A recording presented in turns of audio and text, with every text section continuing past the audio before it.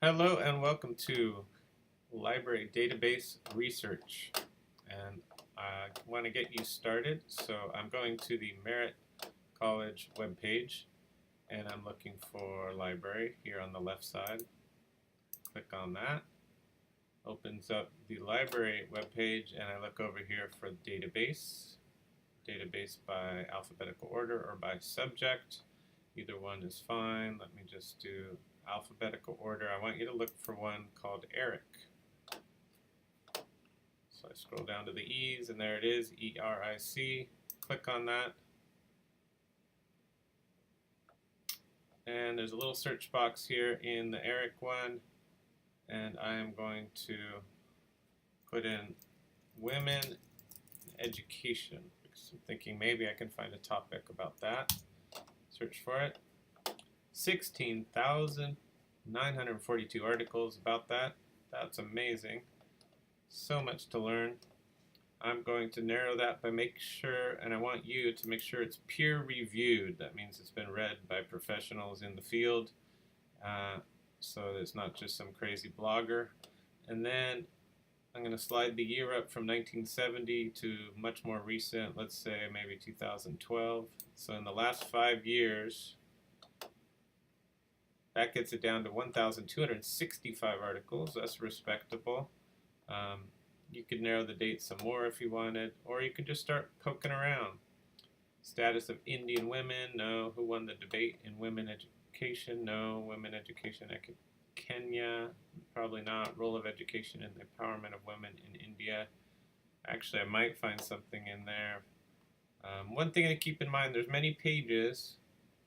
If you think you're doing a topic other students are going to do, you might want to skip around so that not everyone ends up with the same article. You want to find the best article or most interesting to you. Female teachers training, I worry about my community, African American women, insight into challenges faced by academic women with preschool aged children. Now I'm thinking back, in this case I'm writing an essay about the book The Distance Between Us, and Reina Grande did not have children of her own when she was starting her higher education. Access of female students in STEM. No, she wasn't a STEM student. So I keep searching. Keep in mind, research is really about lots of no till you finally find something. Latinas, that could be it. Historical role of women in higher education, that could be really good. Women in leadership, feminist perceptions. So when you try some, it's going to give you a little abstract that tells you about it. This article aims to contribute to the ongoing discussion about women's education, conflicting discourses. This explores the prevalent feminist positions in Saudi Arabia. Great. My teacher said I had to write about Saudi Arabia. Whatever. If you find the one you want, you can go down here to the link, full text available online, or you can click on this, get more information, and then over here, download full text. And of course you can zoom in a little bit, and then you read through it. You do this for maybe 20 articles until you find one or two that you actually can use. Then you say, this one's perfect. You get your quotes, you write them in your notes. You think about how you're going to build Stedman paragraphs around those, what you're going to say, what you've learned. You may just learn something that you end up paraphrasing and citing. Now I need to cite this, so I go back to my database. And this page. And over on the right side, you might remember, it has a little link for the citation. Click on that. And now I have all the formats.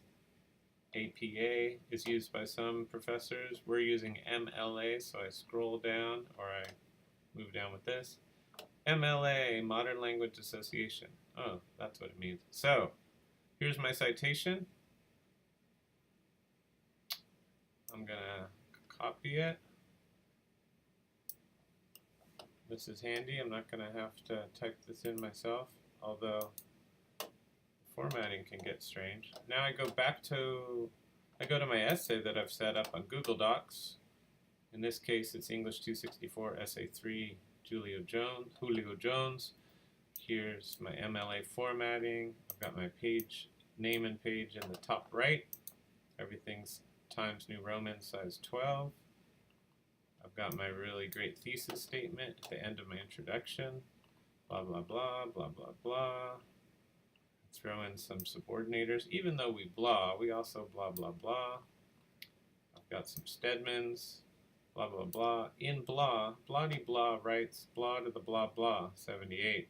In other words, love that comma right there, smart writer. Then I scroll down, and I need a works cited section.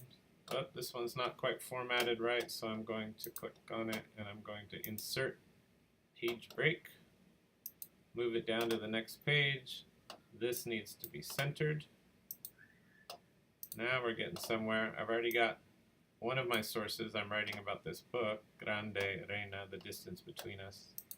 And now I need to put my next source alphabetically by last name. So what was the source again? B, starts with a B. Okay, so it goes first. So I'm going to click on this, hit return, and paste it in there. And look at this, the formatting comes out kind of strange. So I'm going to undo that by clicking the little undo up here.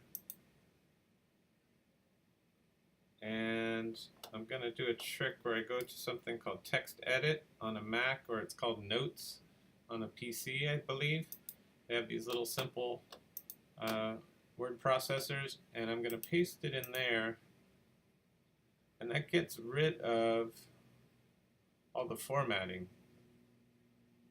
Or if it doesn't, sometimes you go up here and there's something called make plain text or clear formatting. So I got rid of the formatting. Now I can copy it again, go back here and paste it. We'll see if it doesn't come out green. Hooray. So, and let me just double check. It's even came out Times New Roman size 12. Sometimes you have to fix that. This area should be double spaced, which it is. And then how do I know the difference between one source and another? Well, I have to indent these lines. But just select the whole source and play with these on the ruler. I'm going to slide this over to 0.5 and slide the first one, top one, back to 0. And that puts my whole source. Let me just double check that it looks right. The name, the quotes for the article. I want my journal to be italicized. Maybe that got messed up when I grabbed it, but you can see here it was italicized. But when I did my trick of going to Text Edit, it undid that formatting. Alright, so I've got B before G, and I'm going to need to go get some more sources, but that's how you get started.